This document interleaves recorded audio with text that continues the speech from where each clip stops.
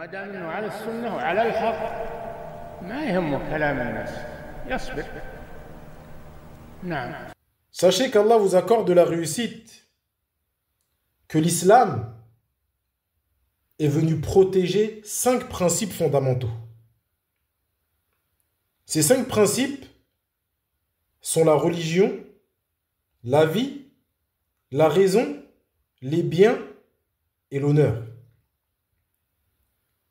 Les savants sont unanimes que la religion est le principe le plus important. Elle est la base sur laquelle reposent les autres. Et la preuve de cela réside dans la parole d'Allah.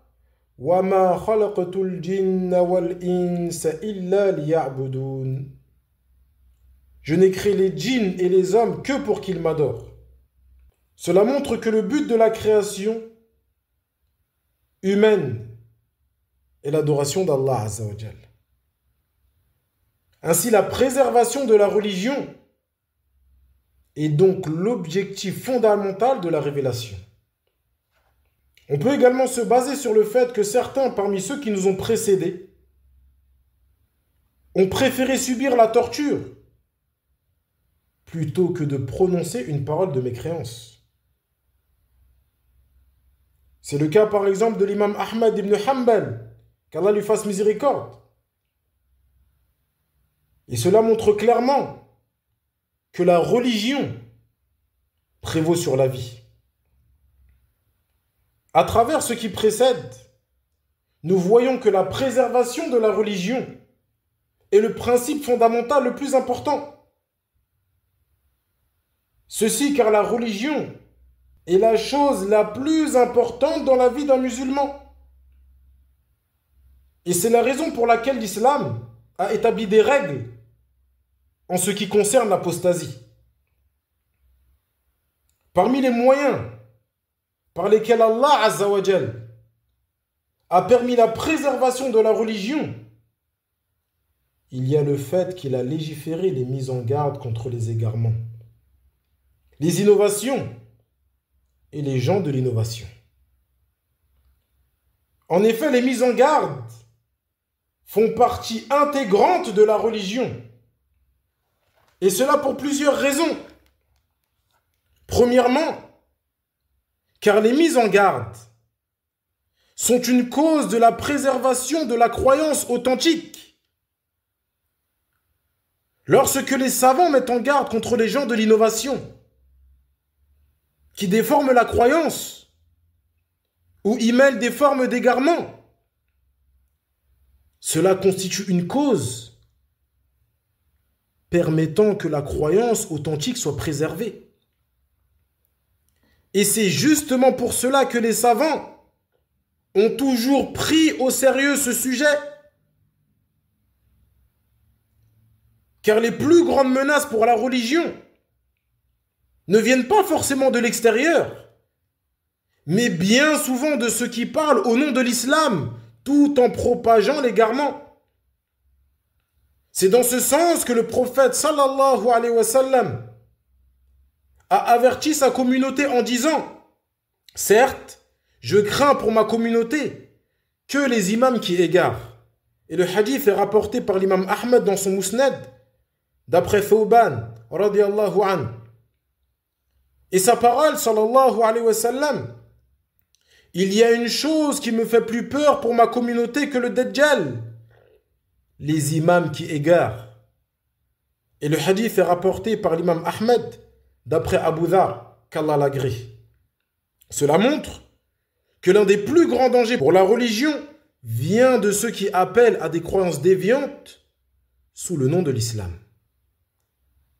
Il est donc nécessaire de mettre en garde contre eux, afin de préserver la croyance authentique. Deuxièmement, les mises en garde sont une cause qui protège les musulmans de la corruption religieuse. Il est connu par l'observation et même par l'expérience que l'homme est influencé par ce qui l'entoure, y compris les animaux dont il a la charge. Les savants ont mentionné que celui qui s'occupe des chameaux devient souvent dur et rude, car le chameau est un animal têtu, difficile à diriger et qui exige une certaine fermeté. En revanche, celui qui s'occupe d'un chat, d'un agneau ou d'un oiseau développe généralement une attitude plus douce, plus calme, influencée par la nature de ces bêtes dociles. Cela montre à quel point l'être humain est naturellement influençable. Même une fréquentation constante avec des êtres dépourvus de parole, de raisonnement ou de volonté comme les animaux suffit à façonner son caractère, à modifier ses habitudes et son comportement. Alors mes frères, barakallahu fikoum, que dire lorsqu'il s'agit d'un autre être humain? Un homme qui parle la même langue que nous, maîtrise les émotions, les paroles et la manière de persuader, et qui maîtrise les procédés pour atteindre ses objectifs. Ne pensez-vous pas qu'un tel homme puisse influer sur les cœurs, égarer les gens, séduire les ignorants ou ceux dont la foi est faible, surtout si son discours est enjolivé et sa manière de s'exprimer est captivante. Voilà pourquoi l'être humain par nature est souvent influencé par des personnes influentes mais égarées. Qu'il s'agisse de prêcheurs de l'innovation ou d'autres personnes qui propagent des idées déviantes tout en se réclamant de l'islam. Cela fait partie des raisons pour lesquelles les mises en garde ont été légiférées, afin de préserver les croyants des influences néfastes, des discours enjolivés qui égarent, et des individus qui se présentent comme des gens de bien, alors qu'en réalité, ils mènent vers la déviation et la confusion. C'est pour cela que les savants et ceux qui sont qualifiés ont le devoir de prévenir la communauté lorsqu'ils voient un danger pour la religion. Que ce soit une innovation, un prêcheur égaré ou une ambiguïté.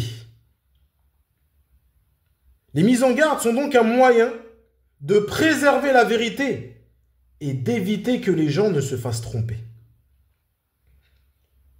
Allah subhanahu wa ta'ala dit dans son noble livre: وَإِذَا رَأَيْتَ الَّذِينَ يَخُوضُونَ فِي آيَاتِنَا فَأَعْرِضْ عَنْهُمْ حَتَّى يَخُوضُوا فِي حَدِيثٍ غَيْرِهِ. Lorsque tu vois ceux qui raillent nos versets, éloigne-toi d'eux jusqu'à ce qu'ils parlent d'autre chose. Ce verset contient un ordre clair d'Allah Azza wa Jal. Se désavouer et s'éloigner de ceux qui détournent les versets d'Allah de leur sens authentique ou qui s'en servent pour défendre des idées d'égarement. Mais comment obéir à cet ordre si on ne sait pas qui sont ces gens-là? Comment peut-on s'éloigner d'un danger qu'on ne reconnaît pas? C'est impossible. Et c'est justement pour cela que les mises en garde sont nécessaires.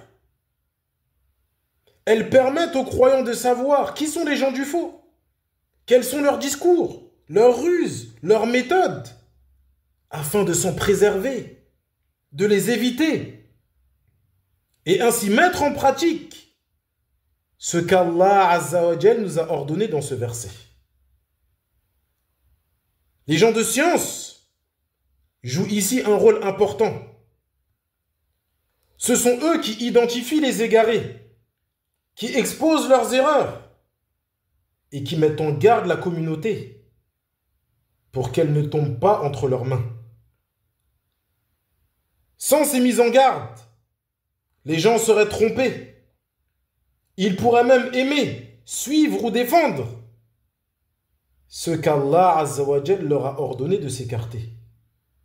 Par ignorance, par naïveté, ou parce qu'ils ont été séduits par un beau discours. C'est donc un bienfait immense que les gens de science nous éclairent, car par leur cause, nous sommes en mesure d'appliquer des versets comme celui-ci et ainsi préserver notre religion et notre obéissance à Allah Azza wa Jal. Troisièmement, les mises en garde sont une cause qui préserve l'unité des musulmans et empêche les divisions. Contrairement à ce que prétendent certains, les mises en garde n'apportent pas la division. Elles préservent l'unité sur la vérité. C'est l'innovation qui divise la communauté. Non pas la mise en garde contre l'innovation.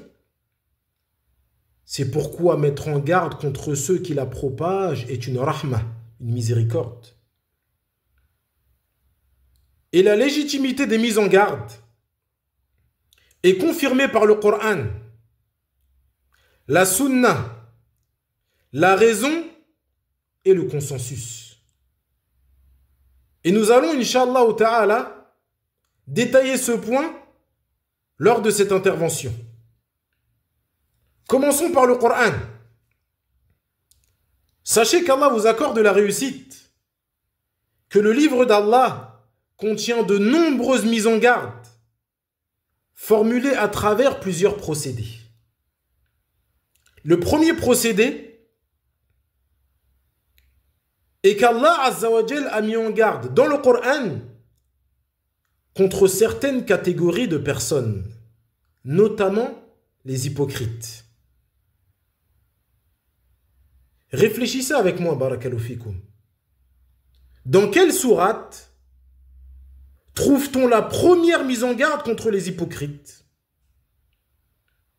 On la trouve dans sourate Al-Baqarah. Et plus précisément, à la 2e page. On peut même dire que la quasi-totalité de cette page est consacrée à cette mise en garde. Le deuxième procédé est la mise en garde contre certains péchés. Par exemple, Allah Azza wa Jal a mis en garde contre la fornication. Il dit à ce sujet « Wala taqrabu zina » Innahu kana fahishatan wa sa'a sabila. N'approchez pas la fornication, car c'est une turpitude et une voie mauvaise. Tout comme il nous a mis en garde contre l'usure. Il dit Azza wa Jal, Alladhina ya'kuluna ar-riba la yaqumuna illa kama yaqumu alladhi yatakhabbathu ash-shaytanu min al-mas. Ceux qui pratiquent l'usure se lèveront de leur tombe au jour de la résurrection, pareil aux possédés terrassés par Shaytan. Et il dit également Azza wa Jal, Ya ayyuhalladhina amanu ittaqullaha wa dharu ma baqiya min ar-riba in kuntum mu'minin. فَإِن لَّمْ تَفْعَلُوا فَأْذَنُوا بِحَرْبٍ مِّنَ اللَّهِ وَرَسُولِهِ. Ô vous qui croyez, craignez Allah et renoncez à tout reliquat usuraire. Si vous êtes croyants, si vous ne le faites pas, soyez certains d'être en guerre contre Allah et son messager. Le quatrième procédé est la mise en garde contre certains individus.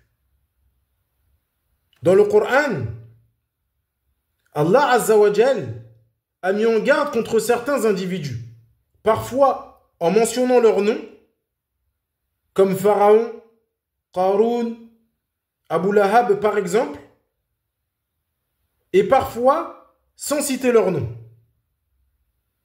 Dans Surat Al-Masad, Allah subhanahu wa ta'ala a mis en garde explicitement contre Abu Lahab. Il dit à ce sujet « Tabbat yada abi lahabin wa tab, ma aghna anhu maluhu wa ma kasab, sayasla naran dhata lahab » Qu'Abu Lahab soit perdu. Et certes, sa perte est irrémédiable. Sa fortune et tout ce qu'il a acquis ne lui serviront à rien. Et dans Surat Al-Muddathir, Allah subhanahu wa ta'ala met en garde contre Al-Walid ibn al-Mughira, sans toutefois citer son nom. Il dit Azza wa Jal, Innahu fakkara wa qaddar, faqutila kayfa qaddar, thumma qutila kayfa qaddar, thumma nadhar, thumma abasa wa basar, thumma adbara wa istakbar, faqala in hadha illa sihrun yu'thar. In hadha illa qawlul bashar, sa uslihi saqar. Il réfléchit et décida ce qu'il allait dire du Coran. Qu'il soit maudit pour ce qu'il a décidé. Qu'il soit maudit pour ce qu'il a décidé. Il réfléchit et son visage se renfrogna et s'assombrit. Il tourna le dos à la vérité et refusa orgueilleusement de s'y soumettre. Il dit: ce n'est qu'une magie héritée. Ce n'est que la parole d'un homme. Je le plongerai à Saqar. L'imam Shawkani, rahmahullah, a dit en commentaire de ces versets: il est question d'Al-Walid ibn al-Mughira, qu'on interrogea concernant le prophète sallallahu alayhi wa sallam et le Coran. Il réfléchit un moment pour décider de ce qu'il allait dire, afin de les critiquer et les rejeter. Mais il ne trouva aucune vérité par laquelle argumenter, si bien qu'il se renfrogna et que son visage s'assombrit. Par orgueil, il se tourna alors vers le mensonge pour rejeter la vérité. Fin de citation de la parole de l'imam Shawkani, rahimahullah. Le cinquième procédé est qu'Allah Azza wa Jal a mentionné que certains prophètes, comme le prophète Moussa alayhi salam, ont mis en garde contre certains individus. En effet, lorsque Moussa alayhi salam entra dans la cité, il y trouva deux hommes en train de se battre. L'un d'eux appela le prophète Moussa alayhi salam à l'aide. Moussa frappa alors l'autre homme d'un coup de poing et le tua. Le lendemain matin, le même homme demanda à nouveau secours à Moussa alayhi salam. Cette fois, Moussa alayhi salam mit en garde contre lui et clarifia la situation de cet homme. Allah subhanahu wa ta'ala dit à ce sujet: فَأَصْبَحَ فِي الْمَدِينَةِ خَائِفًا يَتَرَقَّبُ فَإِذَا الَّذِي اسْتَنصَرَهُ بِالْأَمْسِ يَسْتَصْرِخُهُ قَالَ لَهُ مُوسَى إِنَّكَ لَغَوِيٌّ مُبِينٌ. Il se trouvait dans la cité le lendemain matin, apeuré et aux aguets. Lorsque celui qui lui avait demandé secours la veille l'appela de nouveau à son secours à grands cris, Moussa lui répondit: tu es un vrai dévoyé. Également, la légitimité des mises en garde est confirmée dans la sunna du prophète sallallahu alayhi wa sallam. Et ici, il est possible de mentionner plusieurs procédés utilisés dans la sunna. Le premier procédé est la mise en garde contre certains péchés. L'imam al-Bukhari et Muslim rapportent, d'après Abu Huraira qu'Allah l'agrée, que le prophète sallallahu alayhi wa sallam a dit: écartez-vous des 7 qui mènent à la perdition. Ils ont dit: quelles sont ces choses? Le prophète sallallahu alayhi wa sallam a dit: l'association à Allah, la sorcellerie, tuer une âme qu'Allah a interdit sans droit, manger l'usure, manger l'argent de l'orphelin, fuir le jour de la bataille et accuser injustement de fornication les croyantes chastes et insouciantes. Le deuxième procédé est la mise en garde contre certains groupes. En effet, le prophète sallallahu alayhi wa sallam a mis en garde contre la secte des Khawarij dans plusieurs ahadiths. Il a dit à leur sujet, ils quittent l'islam comme la flèche traverse sa cible. Ce qui indique qu'ils sont égarés et très éloignés de la vérité. Il a également dit, ils tiennent les meilleures paroles de la création, c'est-à-dire que leurs propos sont enjolivés et attrayants. Et il a aussi dit à leur sujet, ce sont les chiens de l'enfer. Le troisième procédé est la mise en garde contre certains individus, tels que le Dajjal. L'imam Muslim rapporte, d'après Abu Huraira qu'Allah l'agrée, que le prophète sallallahu alayhi wa sallam a dit, voulez-vous que je vous dise à propos du Dajjal ce qu'aucun prophète n'a dit à son peuple? Il est borgne. Il viendra avec le paradis et un enfer. Et celui dont il dit qu'il est le paradis est en vérité l'enfer. Et je vous ai mis en garde contre lui de la même manière que Nuh mit en garde son peuple contre lui. On retrouve également la légitimité des mises en garde dans les paroles des compagnons. Par exemple, Abdullah ibn Omar, qu'Allah l'agrée, a mis en garde contre la secte d'Al-Qadariyya. Lorsque les troubles ont éclaté dans la région d'Al-Basra, certains ont prétendu qu'Allah n'avait connaissance d'une chose qu'après son apparition. À leur tête se trouvait un homme nommé Ma'bad al-Juhani. Deux hommes parmi les tabi'in, Yahya ibn Ya'mur et Humayd ibn Abdurrahman al-Himyari, décidèrent alors de se rendre auprès d'un compagnon du prophète sallallahu alayhi wa sallam pour l'informer de cette situation. Ils rencontrèrent Abdullah ibn Omar. Et lorsqu'il fut mis au courant de cette parole, il mit en garde contre eux et déclara, « Si tu rencontres ces individus, informe-les que je me désavoue d'eux et que se sont désavoués de moi. » Il en est de même pour les tabi'in, qui ont mis en garde contre les sectes apparues à leur époque, comme la secte des Mu'tazila et leurs adeptes. De même, ceux qui les ont suivis ont continué sur cette voie. Certains grands imams ont même rédigé des ouvrages entiers consacrés à la réfutation et à la mise en garde contre certaines sectes et individus. Parmi eux, le livre « La réfutation de la secte » d'Al-Jahmiyya et l'ouvrage intitulé « La réplique » de Uthman ibn Saïd au jahmiste entêté Bishr al-Marisi dans ce qu'il a forgé comme mensonge contre Allah dans le Tawhid. Ces deux livres ont été écrits par Uthman ibn Saïd al-Darimi, qu'Allah lui fasse miséricorde. Également, la légitimité des mises en garde est confirmée par la raison. Et ici, nous allons donner 3 exemples.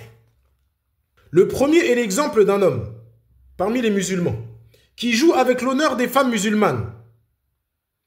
Il se marie avec elles, puis les divorce sans raison. Il les frappe, les maltraite, ne leur donne pas leurs droits. Il se marie parfois pour 2 jours seulement, puis divorce. Si un homme parmi les musulmans a connaissance de cette situation avec des preuves claires, et décide de mettre en garde contre cet individu et de propager cette mise en garde dans le but de préserver les musulmans de son mal, est-ce que cela est légitime? Est-ce que cela sera considéré comme de la médisance? Et si cet homme-là, bien qu'ayant connaissance de ces faits et la capacité d'empêcher ce mal, ne fait rien, est-ce qu'il est dans le bien? Le deuxième exemple. Un homme parmi les musulmans escroque l'argent des gens.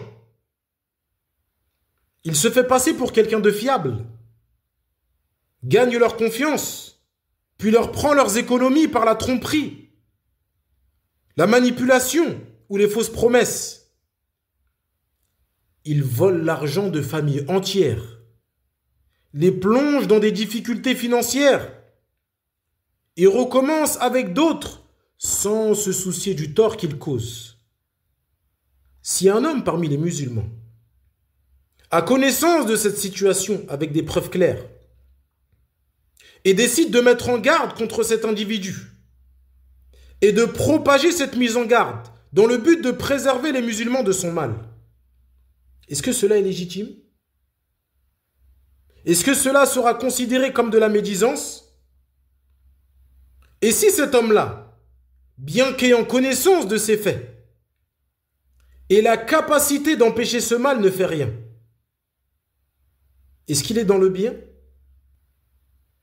Et le dernier exemple, un homme parmi les musulmans prétend être médecin alors qu'il ne l'est pas.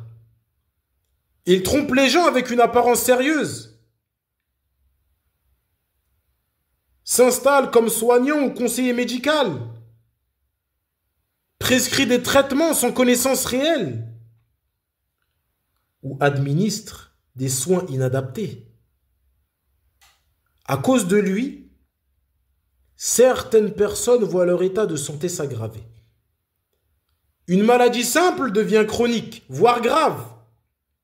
Il met en danger la vie des patients, tout en continuant à recevoir de nouveaux malades.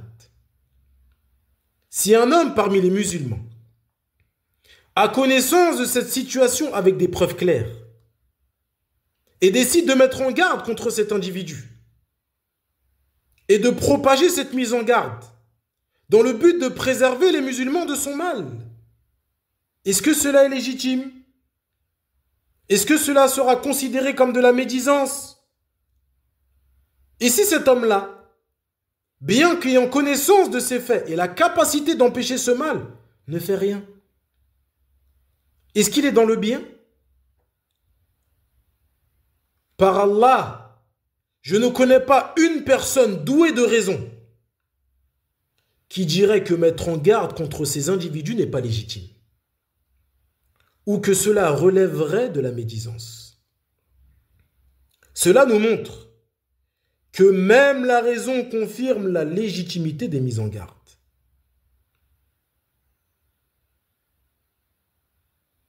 Il est triste de constater que certains acceptent les mises en garde dans les affaires mondaines, comme dans les exemples mentionnés précédemment. Mais lorsqu'il s'agit de la religion, ils affirment que les mises en garde divisent ou qu'il s'agit de médisance. Et pourtant, comme nous l'avons rappelé au début de ce cours, la religion prévaut sur la vie, la raison, les biens et l'honneur. Ainsi, celui qui accepte les mises en garde dans la vie mondaine, mais refuse de les accepter dans le domaine religieux, ou qui les considère comme de la médisance, se contredit clairement.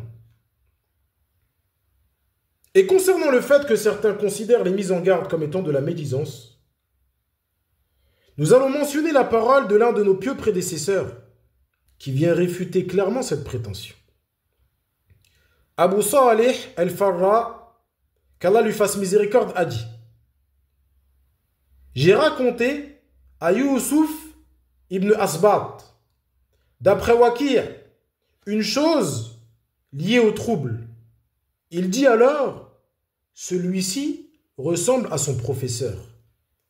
c'est-à-dire Al-Hassan ibn Hayy. Je dis alors à Youssouf, n'as-tu pas peur que cela soit de la médisance? Youssouf dit alors, pourquoi, ô idiot? Je suis meilleur pour eux que leur propre mère et père. J'ai interdit aux gens de pratiquer ce qu'ils ont instauré en religion, ce qui aurait pour conséquence que leur fardeau les suive. Et celui qui leur prodigue des éloges est plus nuisible pour eux. Et ce afar est rapporté par Abu Ja'far al-Uqayli dans son livre intitulé Ad-Du'afa, avec une bonne chaîne de transmission. Et les savants de la Sunna ont clarifié dans leurs ouvrages que la médisance est permise dans certains cas. Parmi eux, l'imam al-Nawawi, qu'Allah lui fasse miséricorde, qui a mentionné cela dans son épître Riyad al-Salihin. Il dit, rahmahullah, sache que la médisance est permise pour un but véritable et légiféré, qu'on ne peut atteindre sans elle. Et ces cas sont au nombre de 6. Pour dénoncer une injustice auprès du juge musulman, pour changer une chose blâmable, et afin de ramener quelqu'un de désobéissant vers ce qui est correct, pour demander un avis religieux, pour mettre en garde les musulmans contre un mal et afin de les conseiller, il est autorisé de médire sur quelqu'un qui fait des péchés ou des innovations au grand jour. Lorsque quelqu'un est connu pour porter un surnom mettant en valeur un défaut tel que l'aveugle, le boiteux ou le sourd, puis il dit, rahmahullah, voici donc 6 cas dont les savants ont rapporté qu'il était autorisé de médire et sur la plupart desquels ils sont unanimes. Ces cas sont basés sur des paroles prophétiques authentiques et connues. Fin de citation de la parole de l'imam al-Nawawi tirée de son livre intitulé Riyad al-Salihin. Également, la légitimité des mises en garde est confirmée par le consensus des musulmans.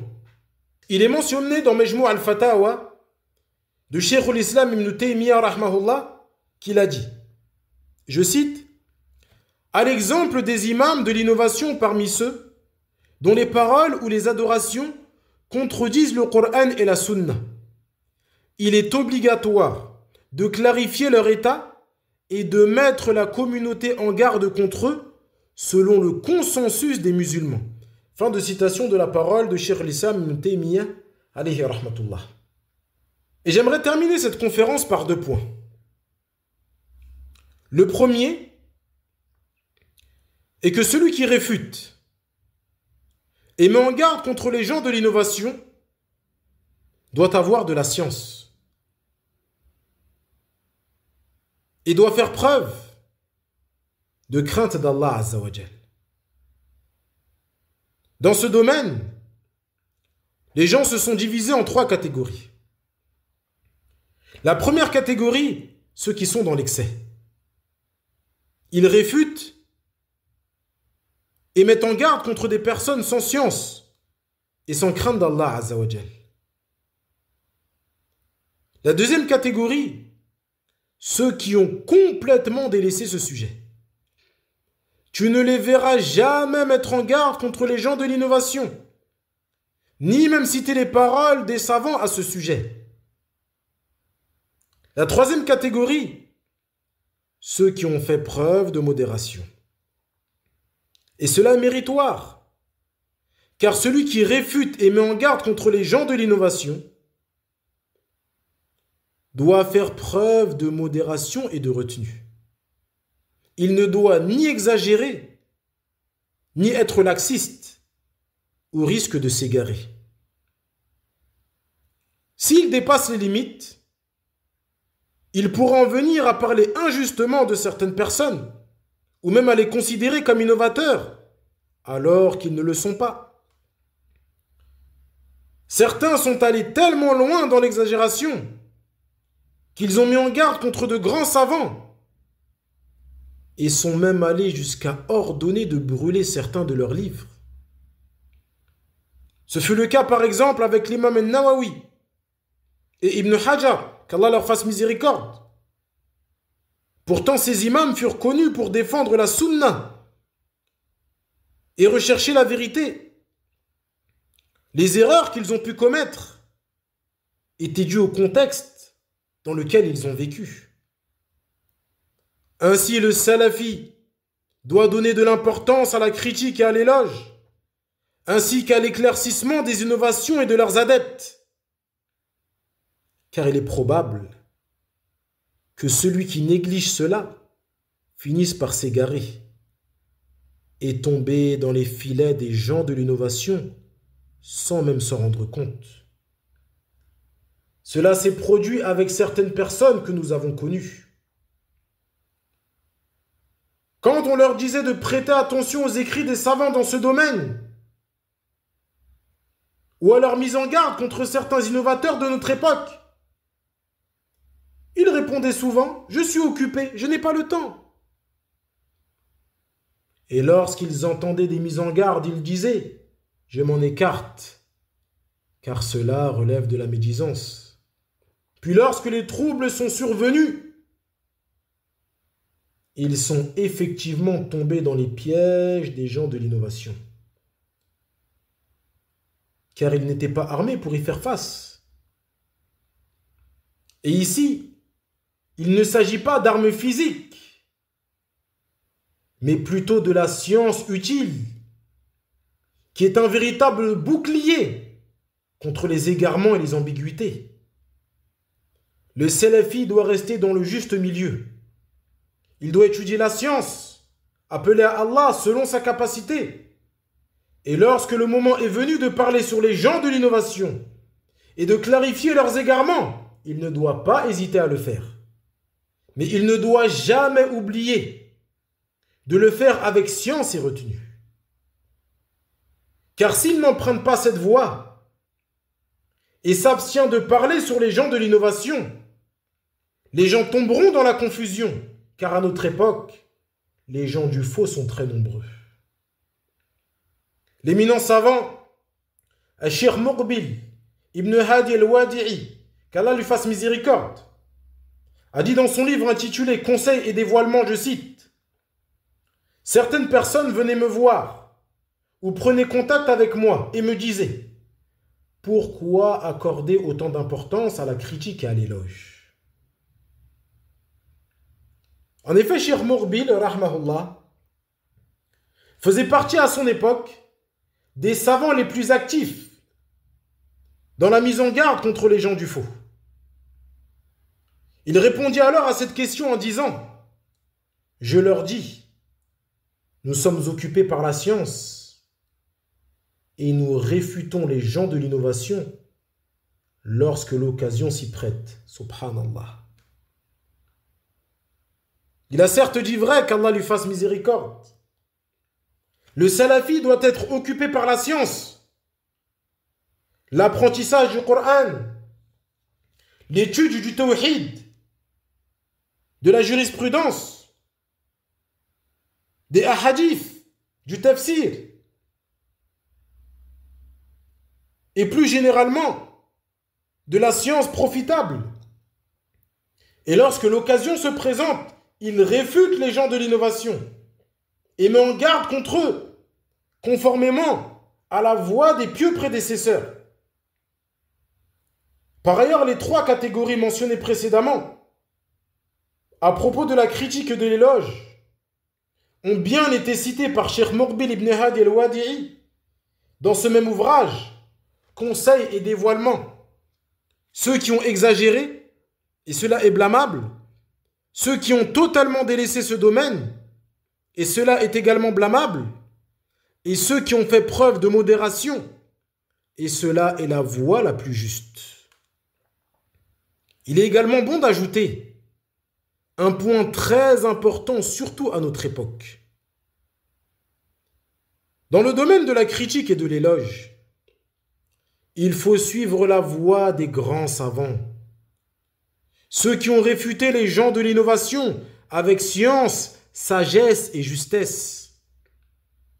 Nous devons propager leurs paroles, relayer leurs jugements et ne surtout pas les devancer dans ce domaine.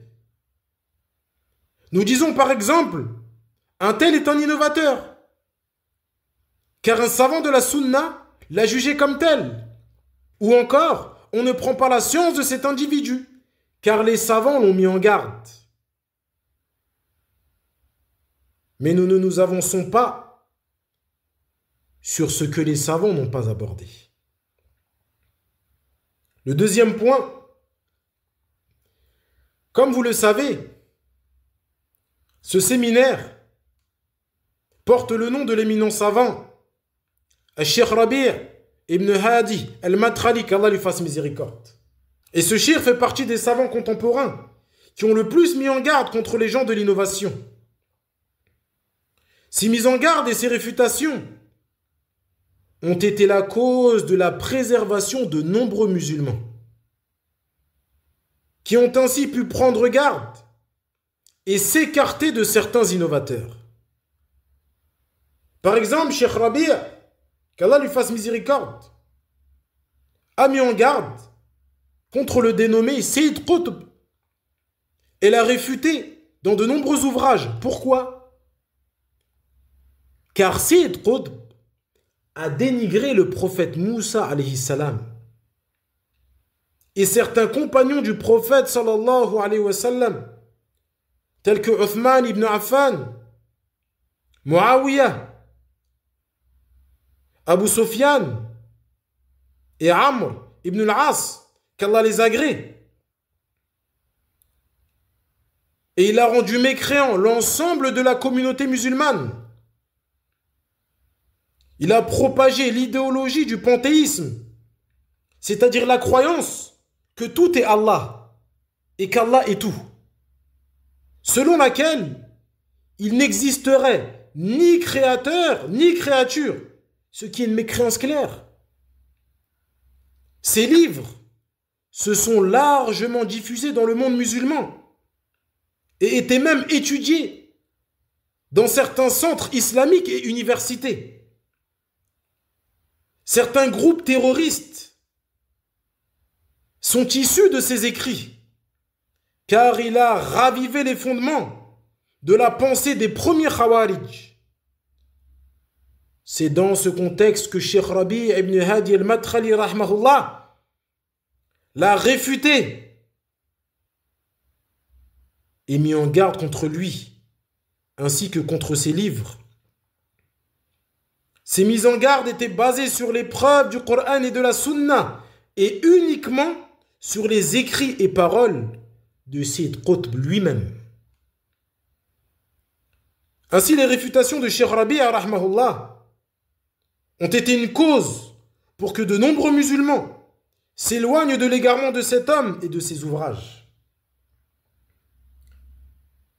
Et j'aimerais qu'Allah subhanahu wa ta'ala vous préserve. Mentionnez la méthodologie de Cheikh Rabi', qu'Allah lui fasse miséricorde, dans la mise en garde. Ceci est un point important, car beaucoup de mensonges sont propagés à son sujet. Sa méthodologie était la suivante. Il conseillait la personne qui commettait des erreurs ou causait des troubles parmi les gens de la sunna. Parfois, il l'a conseillé durant plusieurs années. Il faisait preuve de bienveillance et l'honorait même lorsqu'elle venait lui rendre visite chez lui. Son objectif était l'union et l'unité des musulmans. Mais si après de nombreux conseils et après avoir patienté durant des années, la personne persistait dans ses erreurs, alors Cheikh Rabi' rahmahullah mettait en garde contre elle et la réfutait avec des preuves en se basant sur ses écrits et déclarations enregistrées. Certains de ses détracteurs l'accusent faussement de mettre en garde uniquement sur la base des témoignages de ses étudiants ou de son entourage. Et cela est un mensonge manifeste. Pour réfuter cette ambiguïté, je vais mentionner une anecdote vécue il y a environ une dizaine d'années. À cette époque, par la grâce d'Allah subhanahu wa ta'ala, j'étais au Yémen. Et certains de nos mashayikh, qu'Allah les préserve, souhaitaient que Cheikh Rabi' ibn Hadi al-Madkhali juge entre eux et certaines personnes parmi les gens de science au Yémen. Nos mashayikh reprochaient à l'autre groupe des erreurs dans le manhaj. Ils ont donc pris contact avec Cheikh Rabi' pour qu'il juge entre les deux camps.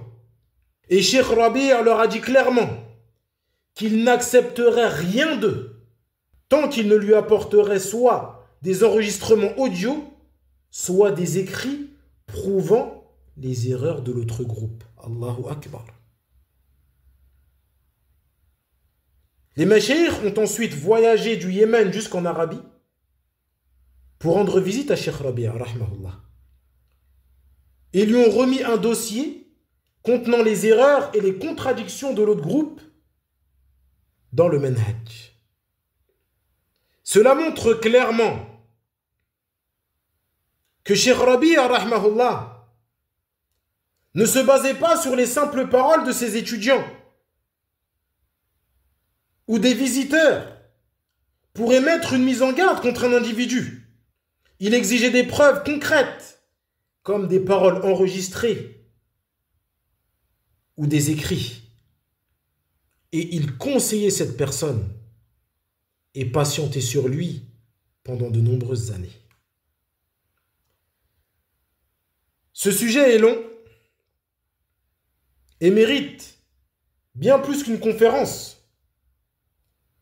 Cependant, comme on dit, Ma la yudraku kulluhu, la yutraku kulluhu. Ce qu'on ne peut pas atteindre en entier, on ne l'abandonne pas entièrement. Et nous demandons à Allah subhanahu wa ta'ala que cette conférence nous soit profitable à tous, tout comme nous demandons à Allah subhanahu wa ta'ala de faire miséricorde à notre père, à Cheikh Rabi' ibn Hadi al-Madkhali, ainsi qu'à l'ensemble de nos savants de la sunna décédés. Wallahu al-musta'an wa alayhi at-tuklan. Subhanaka Allahumma wa bihamdik wa ashhadu an la ilaha illa ant wa astaghfiruka wa atubu ilayk.